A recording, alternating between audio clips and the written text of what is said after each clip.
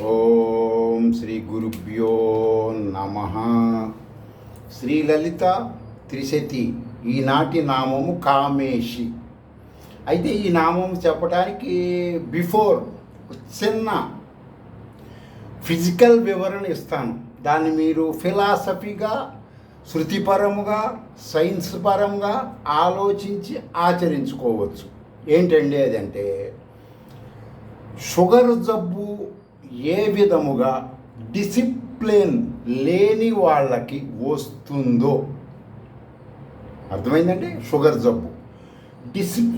జబ్బు వచ్చిన తరువాత డిసిప్లిన్ పాటించి లైఫ్ స్టైల్ మార్చుకుంటే ఏ విధముగా మందులు లేకుండా ఆయురారోగ్యాలతో శతమానం జీవించే విధానముగా మీరందరూ శృతి ప్రామాణిక ఆధ్యాత్మికం ఆచరించకుండా, శృతులు చెప్పినవి వినకుండా, కొంతమంది ప్రవచనకారులు చెప్పిన ఫిజికల్ ఆధ్యాత్మికం బాల్య అవస్థ తరువాత ఆచరిస్తూ ఉంటే ఆధ్యాత్మిక షుగర్తో అది సమానము.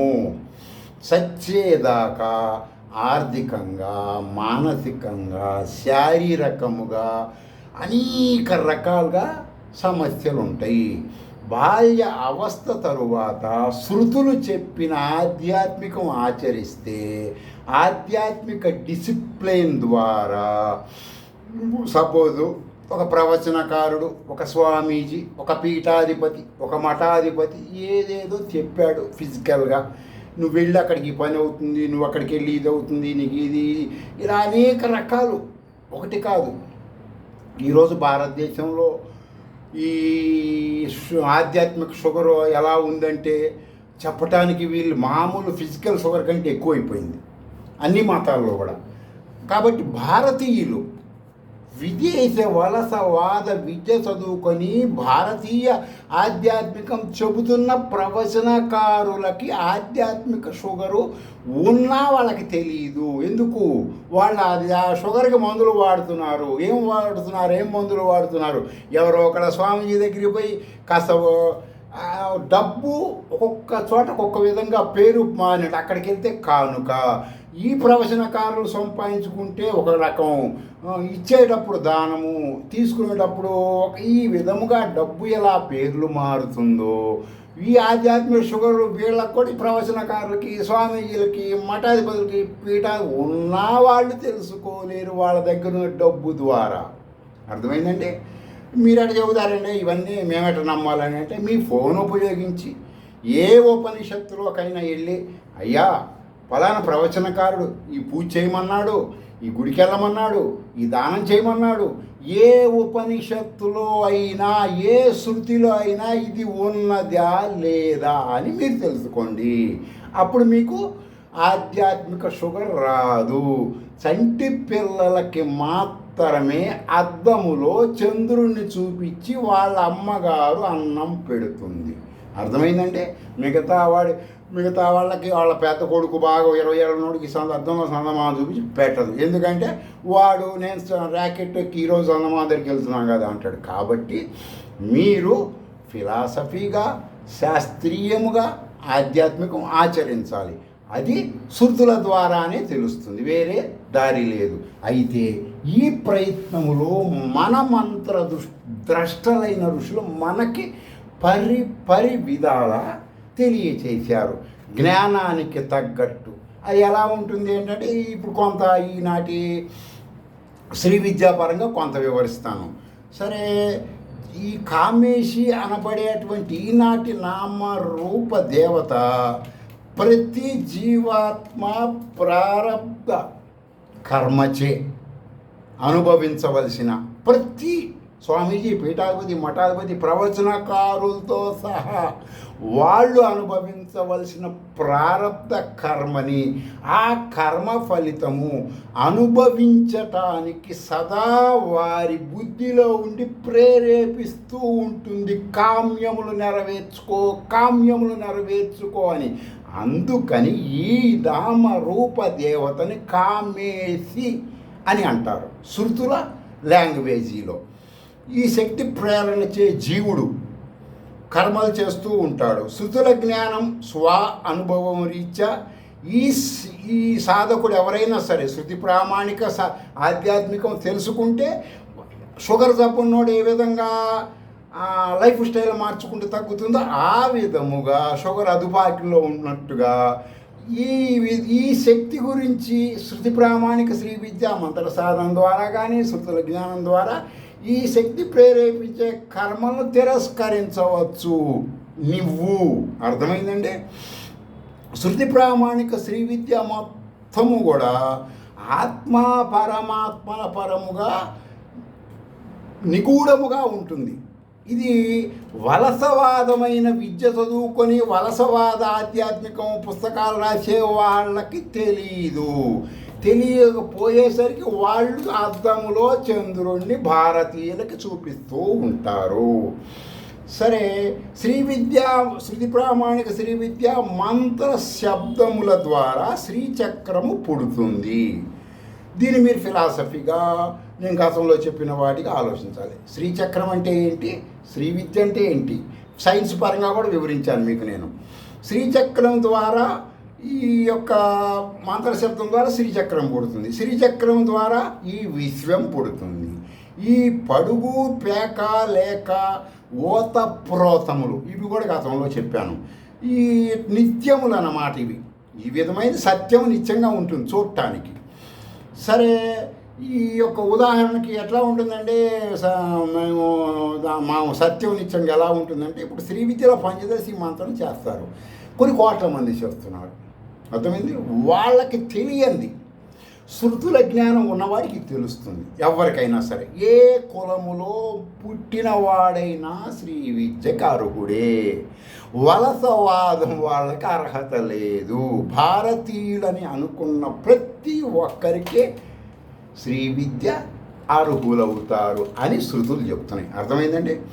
సరే, పంచదశి మంత్రంలో వచ్చేసి వాళ్ళు ఉచ్చరిస్తున్న లకార మంత్ర శబ్దము ద్వారా ఈ భూమి పుడుతుంది. అర్థమైందండి? రెండు వచ్చేసి సకార మంత్ర శబ్దము ద్వారా చంద్రుడు, నక్షత్రాలు, గ్రహాలు పుడతాయి. వాడు ఆ మంత్రం చేసేటప్పుడు జరిగే సంఘటనలు అన్నమాట. ఈ మొత్తం భూమి మీద సంఘటన మొత్తం కలిపి ఇలా ఉంటుంది విశ్వంలో అని మీకు నేను ఆధ్యాత్మిక పరంగా వివరిస్తున్నా.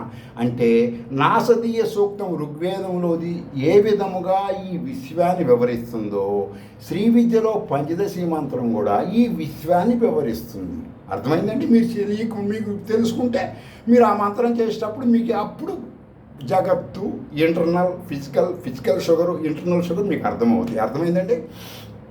3 హకార మంత్ర శబ్దం ద్వారా ఆకాశ మండలం పుడుతుంది. 4 ఈకార మంత్ర శబ్దం ద్వారా విశ్వ కారణమైనటువంటి మాయ అది పుడుతుంది. 5 ఏ కార శబ్ద మంత్రం ద్వారా విష్ణు శక్తి పుడుతుంది. మీరు విష్ణు అంటే క్షీర సముద్రం, పాల సముద్రం, శంకు చక్రాలు అలా శృతులలో ఉండదు, మీరు భావించుకోవద్దు. ప్రవచనకారులకి ఉదర పోషణ వాళ్ళకి మాత్రమే మూర్తి రూపంలో ఉంటుంది విష్ణువు. శాస్త్రీయ పరంగా విష్ణువు అంటే ప్రేరేపణ, పరిగెత్తడం, నీళ్ళు ఏ విధంగా ప్రవహిస్తే ఆ విధము వాటి యొక్క శబ్దాన్ని నిరుక్త వ్యాకరణంగా విష్ణు అని చెబుతారు. అర్థమైందండి? సరే, 6వది రకారము అనబడే మంత్రశబ్దం ద్వారా తేజోవతి అయిన పరంజ్యోతి పుడుతుంది. ఇవన్నీ సాధకుడులో ఇంటర్నల్గా ఉంటాయి, మీకు తెలియదు. మీరు శృతి ప్రామాన్ని తెలుసుకోండి. 7 కకార మంత్ర శబ్దం ద్వారా ఈనాటి నామరూప దేవత ఉద్భవిస్తుంది. 8 అర్ధచంద్ర అనేది సగం సగమా ఇప్పుడు వాళ్ళకి కూడా తెలియదు. దాన్ని అర్ధచంద్రం అంటారు. ఇది వ్యాకరణ నిరుక్త ప్రామాణికంగా ఆ అర్ధచంద్ర శబ్దము ద్వారా విశ్వయోని జన్మిస్తుంది. యోని అంటే వ్యాకరణ నిరుక్త శాస్త్రీయ ప్రామాణికముగా భూమి ద్వారా ఏ విధముగా ఉద్భవిస్తాయో ఆ ఉద్భవించే విధి విధానాల్ని శాస్త్రీయ పరంగా శృతిపరంగా యోని శబ్దం వాడటం జరుగుతుంది. పామరులకి వేరే రకంగా ఉంటుంది. అర్థమైందండి. తర్వాత వచ్చేసి 9 ఏ మంత్ర శబ్దములైనా శబ్దము ఆ శబ్దము శబ్దం మనం వాడుతున్నాం, ఆ శబ్దం బయటికి వచ్చి మంత్రం మళ్ళీ ఇంకో శబ్దం వదులుతున్నాం అంటే గుళ్ళో ఒక గంట కొడుతున్నామండి. గంట కొట్టిన తర్వాత సౌండ్ ఏ విధంగా వస్తుందో అలల్లాగా మధ్యలో ఉండే బిందువు ద్వారా శివ రూపములో సాక్షిని విశ్వసాక్షిని జన్మిస్తుంది. అర్థమైందండి. తర్వాత ఈ విధముగా పంచదశి శబ్దం ద్వారా జరుగుతూ ఉంటుంది విశ్వం సృష్టి క్రమము. ఈ 9 శబ్దములు, ఈ శక్తులు, వీటన్నిటికీ కొన్ని శక్తులు ఉంటాయి, వాటికి కొన్ని ఆయుధాలు ఉంటాయి ఆధ్యాత్మిక నామం రూపంలో. అర్థమైందండి మీరు. అంతేగాని కత్తులు, త్రిశూలలు, బాణాలు, చెరుగ్గడల బట్టు ఇవన్నీ కూడా ఏంటంటే అందపరంపరంగా ప్రాథమిక అవస్థలు చెప్తారు, అవి కాదనమాట.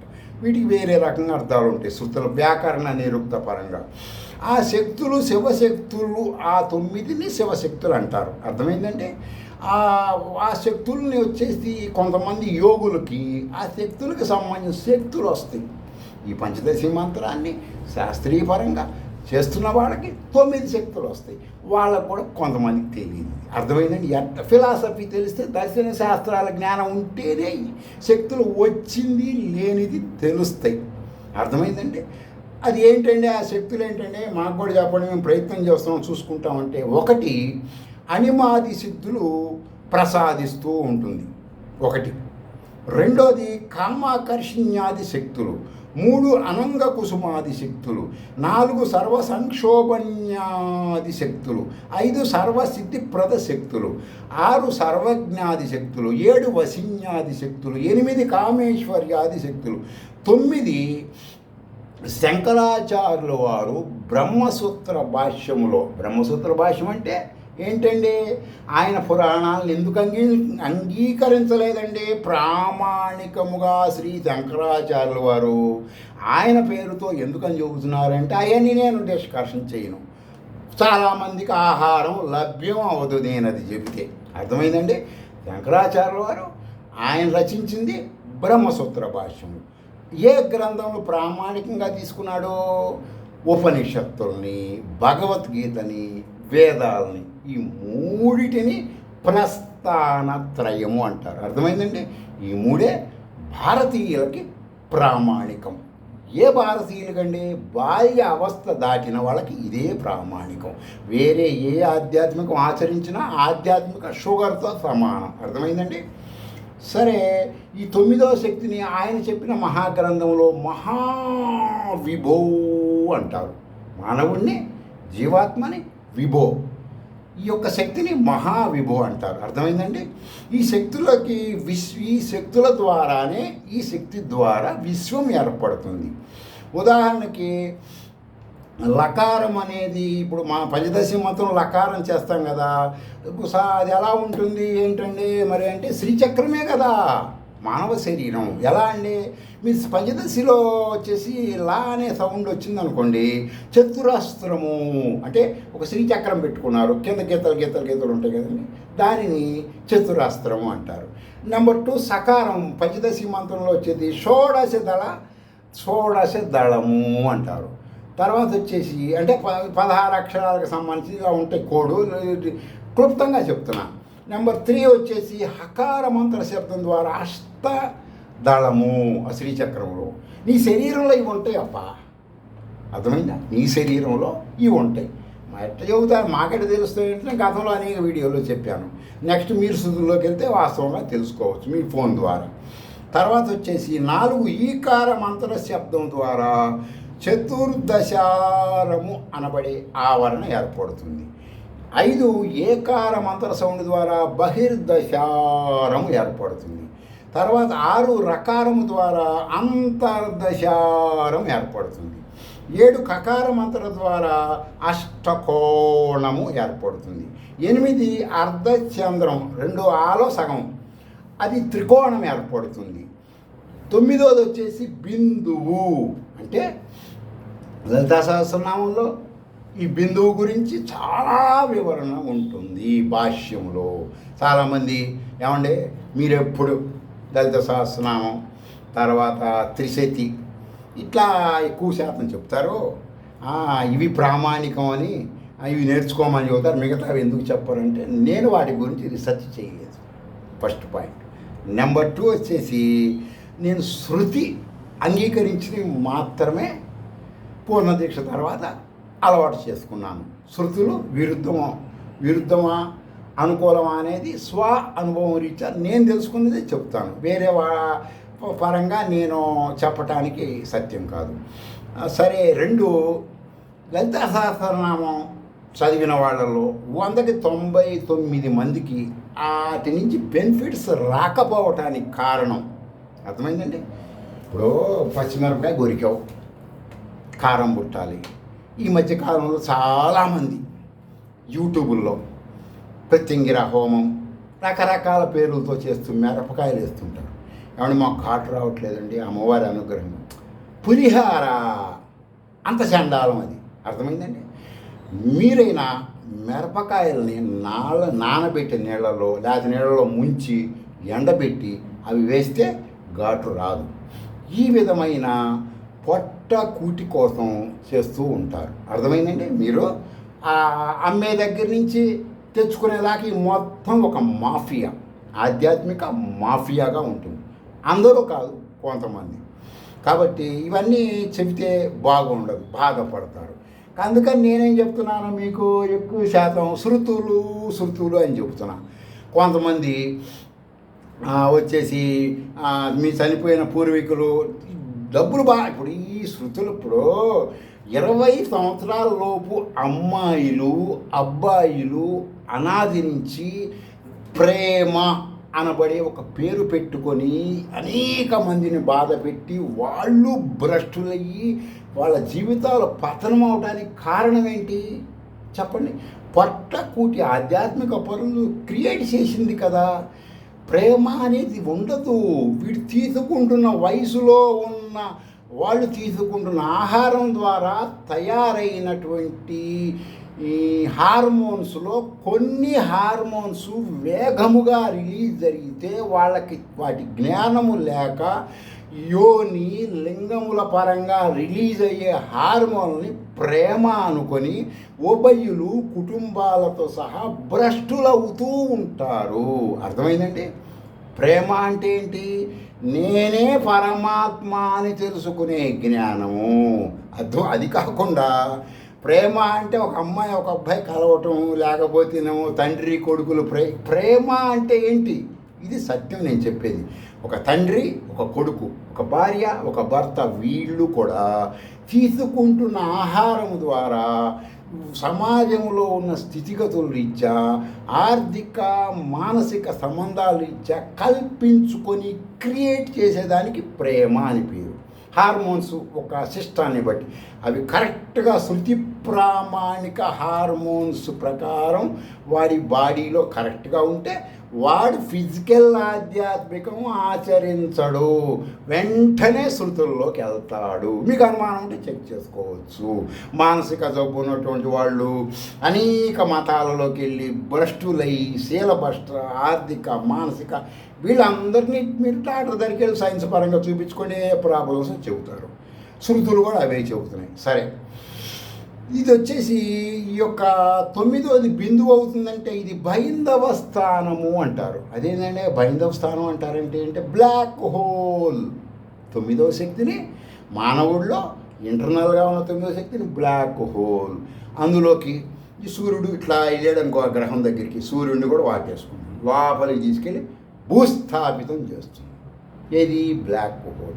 ఏ గ్రహం దాని దగ్గరికి పోతే దాని లోపలికి పంపిస్తుంది. అలా అందువల్ల దాన్ని బ్లాక్ హోల్ అంటారు. కాబట్టి మీరందరూ కూడా అలాంటి శృతి ప్రామాణిక ఆధ్యాత్మికంలో ఇవన్నీ ఉంటాయి, మీకు అర్థమవుతాయి. ఎవ్వడు మీకు చెప్పక్కర్లేదండి, గుర్తుపెట్టుకోండి. ఎవ్వడు కూడా ఇది అని చెప్పక్కర్లేదు, మీకే తెలుస్తుంది. ఎప్పుడు శృతి ప్రామాణిక శ్రీ విద్య మంత్రం పురస్చరణ చేయంగానే యాక్టివేషన్ అవుతుంది, అర్థమైంది, లైట్ వెలుగుతుంది. మనం చెప్పే కదా స్విచ్లు వేసుకుంటే పైకి స్విచ్లు ఆరపుతో కిందకు వస్తుందని, అది మీకు అర్థమవుతుంది. సరే, ఈ విధముగా శ్రీ విద్యాపరంగా సృష్టి ఉంటుంది. పంచదశి పునరుత్పత్తి కాని 9 అక్షరాల పరంగా సృష్టి విధానం తెలుసుకోవాలి. మన దేహము శ్రీచక్ర స్వరూపమే. దేహమునందరి షట్చక్రములు, చాలామంది షట్చక్రాల గురించి ఆ మంత్రాలు ఈ మంత్రాలు రకరకాలు విన్యాసాలు, విపరీత పోకడములు, యోగాలు అనేకం ఉన్నాయి ఈ భూమి మీద. మీరు శృతుల్లోకి వెళ్తే ఇవన్నీ మీకు పటాపంచలైపోతాయి. అర్థమైంది మీ ఫోన్ ద్వారా. ఈ షట్చక్రములు శ్రీచక్రమునందు అంతర్భవించును. అర్థమైందంటే అంతర్భవిస్తాయి. నీ శరీరములో నువ్వు వీటి గురించి గుర్తిస్తే అప్పుడు అవి ఉద్భవిస్తాయి. అప్పటిదాకా ఉద్భవించవు. అర్థమైంది? లేని వాటికి నువ్వు చూసుకుంటున్నావు. శ్రీచక్రం పరంగా నువ్వు కనుక శృతి ప్రామాణిక మంత్రం చేస్తే నీకు ఉద్భవిస్తాయి. మన శరీరం నందు కాలచక్రము ఉన్నది. ఏదేంటంటే కాలచక్రం అంటే కాళికాదేవి, కాలుడు అంటే శివుడు, భైరవుడు, మేము కుక్కల గారెలు పెడతాం, ఎలుకలు, అది అంతా కూడా ఆధ్యాత్మిక షుగర్ జబ్బు అన్నమాట. అది అర్థమైందండి. శాస్త్రీయ పరముగా ఏదైనా మనం చేయాలి. కాలచక్రము అంటే యోగ శాస్త్రంలోకి వెళ్తే దానికి మీకు అర్థమవుతుంది. అది ఏదంటే మీరు నా పేరు చెప్పండి, చక్ర కౌముది. అర్థమైందండి. అందులో సంవత్సరాత్మకం దేహం ఖిలాగ్ని శివశక్తికం, శివుడు శక్తి కలిసి ఉంటారు అని ఆ యొక్క చక్ర కౌముది అని శృతి ప్రామాణిక శాస్త్రంలో ఉంటుంది. మీరు చూసుకోవచ్చు. మూలాధార చక్రం నుండి ఆజ్ఞా చక్రం వరకు ఋతువులు చెప్పారు ఆ యోగ పరంగా. భూమధ్యమున శరద్ ఋతువు. అర్థమైందండి. దీని గురించి ఇంకా చాలా విస్తారంగా చెప్పవచ్చు. మీరు చూసే ఓపిక ఉండదని నేను క్లుప్తంగా వివరిస్తున్నా. భూమధ్యలో ఉన్నటువంటి శరద్ ఋతువు ద్వారా వాడు కొన్ని హార్మోన్స్ రిలీజ్ అవుతుంటాయి. ఆ హార్మోన్స్ ద్వారా వీళ్ళ లైఫ్ స్టైల్ ఉంటుంది. అనేక రకములైనటువంటి దాని ద్వారా భ్రష్టులు అవుతూ ఉంటారు కూడా. సరే, దేహము కాలచక్రములో, కాలము దేహచక్రములో ఉన్నట్లుగా భారతీయులు తెలుసుకొని మన ఋషి పరంపర వాళ్ళు తెలియజేశారు. అంద పరంపర ఆధ్యాత్మికంలో ఇవి తెలియవు, తెలుసుకోలేరు. అర్థమైందండి. సరే, భారతీయులకు ఏనాడు శృతి ప్రామాణిక ఆధ్యాత్మికాన్ని ఇప్పుడున్నటువంటి యువతి, కనీసం ఇప్పుడున్న యూత్ అయినా ఆచరిస్తారో లేక తెలుసుకుంటారో, ఆనాడు వారికి ఈ విషయంలో ఉన్న మంత్ర తంత్ర యంత్ర శక్తులు విజ్ఞాన శాస్త్రరీత్యా శ్రీ విద్యా మంత్ర శాస్త్రరీత్యా అవగతం అవుతాయి. అర్థమైందండి. శ్రీ విద్యా మూల మంత్రము, వర్ణమాల, ఈ సర్వప్రపంచము, కాలము, బిఫోర్, బిట్వీన్, ఆఫ్టర్, దేహము, అన్నియు, ఈ సర్వము నేను మీకు చెప్తున్నవి మొత్తము కూడా విత్తనములో చెట్టు వలె, పుత్రునిలో జనకుని వలె, జనకునిలో పుత్రుని వలె, పొలమునందు పాలయందు పాలల్లో ఉన్న వెన్న వలె, వెన్నయందు పాలవలే అల్లుకొని ఉన్నది. నేను మీకు చెప్పినవన్నీ ఇవి శృతుల్లో ఉంటే చూసుకోవచ్చు. శ్రీ విద్య గురువులు తెలుసుకోవచ్చు. అడిగి శ్రీచక్రము త్రిపుర సుందర్యా అంటారు. సుందరి ఎందుకంటలేదు? ఏకవచనం.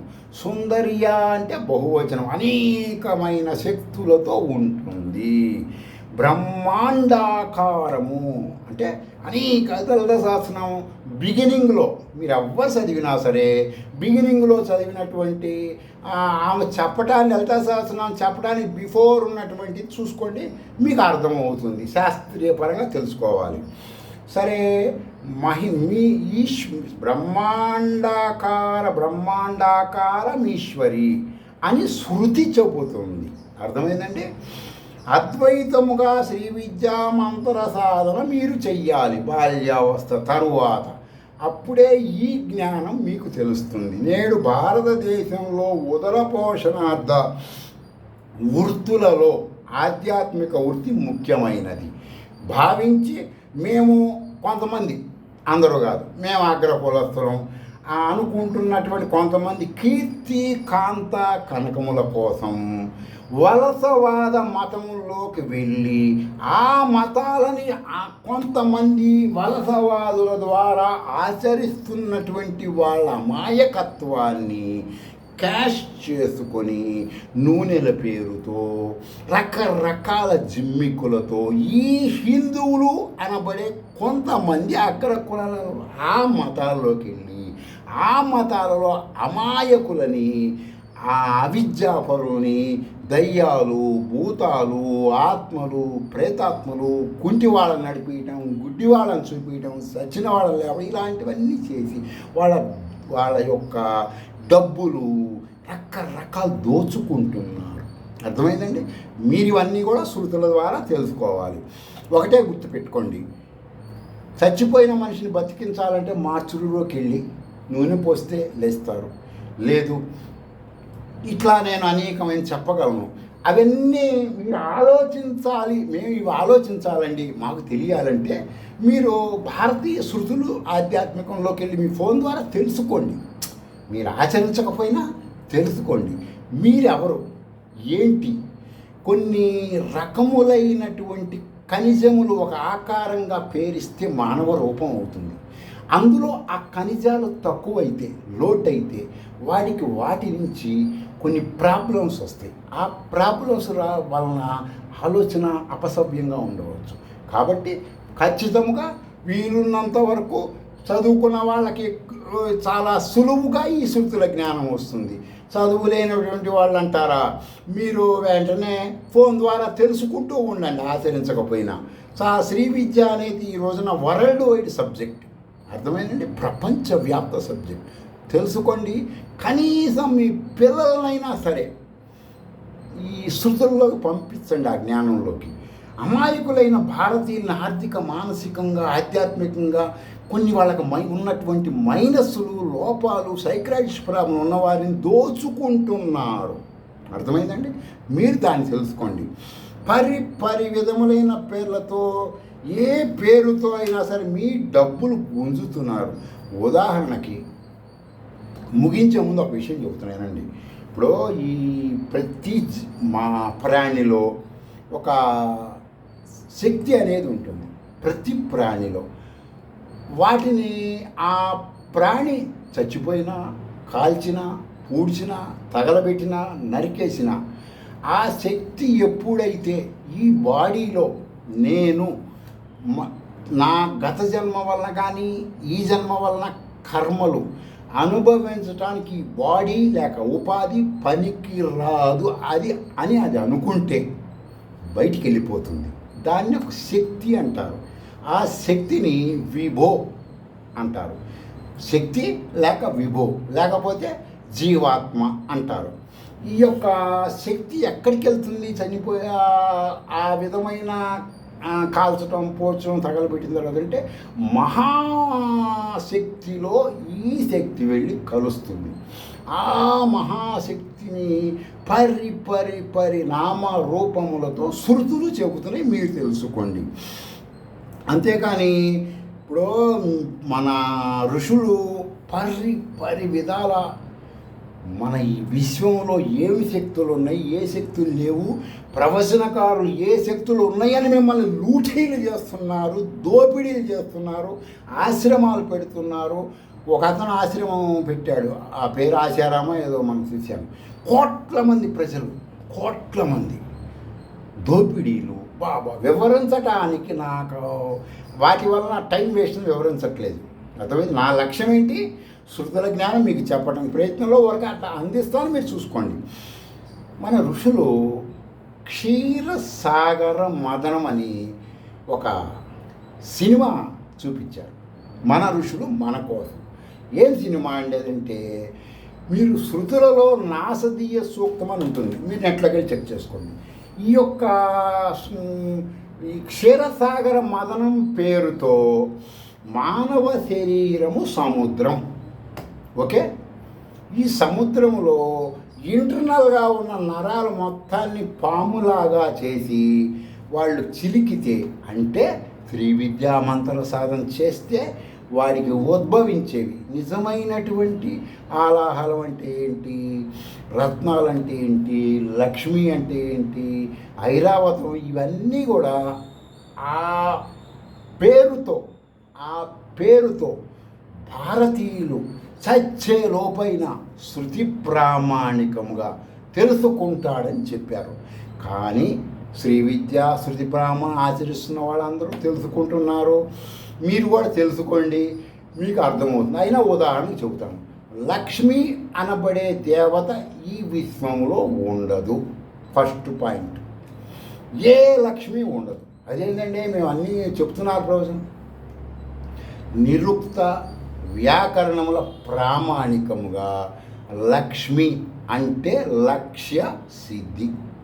నువ్వు ఏ పని చేస్తున్నావో ఆ పని సిద్ధింపచేసే జ్ఞానాన్ని ఇచ్చే శక్తి పేరు లక్ష్మి. అర్థమైందండి? డబ్బులకి, మానవ నిర్మిత ఉదర పోషణ డబ్బులకి లక్ష్మికి సంబంధం ఉండదు. బొమ్మలు పెట్టడం, నేనున్నాను, కొత్త బొమ్మ సృష్టిస్తాను, ఆ కొత్త బొమ్మలో నుంచి ఇక్కడి నుంచి డైమండ్స్ పడుతున్నట్టు క్రియేట్ చేస్తాను, ఓ ప్రవచనకారుని పట్టుకుంటాను, క్యాష్ పడేస్తాను. వాడు మరుసటి రోజు ప్రవచనంలో ఈ రూపదేవతని ఉపాసించండి, మీరు అది చేయండి, ఇది చేయండి, డైమండ్స్ వస్తాయంటే మీరందరూ ఆచరిస్తే దానికి ఎవరు ప్రామాణికం? అందుకని నేను చెప్పినా, వాడు చెప్పినా, ఎవరు చెప్పినా మీ ఫోన్ ద్వారా శృతులలోకి వెళ్ళి సత్యమా అసత్యమా తెలుసుకోండి, ఆచరించండి, మిమ్మల్ని మీరు ఎడ్యుకేషన్ చేసుకోండి.